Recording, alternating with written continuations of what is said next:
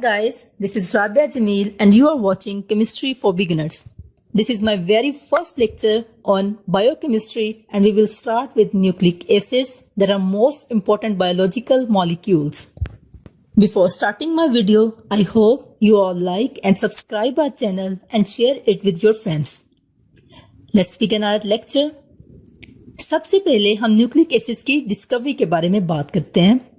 Frederick Miescher, who was a Swedish doctor, उन्होंने 1868 में सबसे पहले पस सेल्स के न्यूक्लियाई में न्यूक्लिक एसिड्स को डिस्कवर किया था। And what are pus cells? These are actually the neutrophils or the macrophages that move to the site of infection and cause the killing of microorganisms that invade body. उसके बाद 1872 में उन्होंने nucleic acids को sperm head के अंदर discover किया था। And what are sperms? These are the male gametes और male reproductive cells.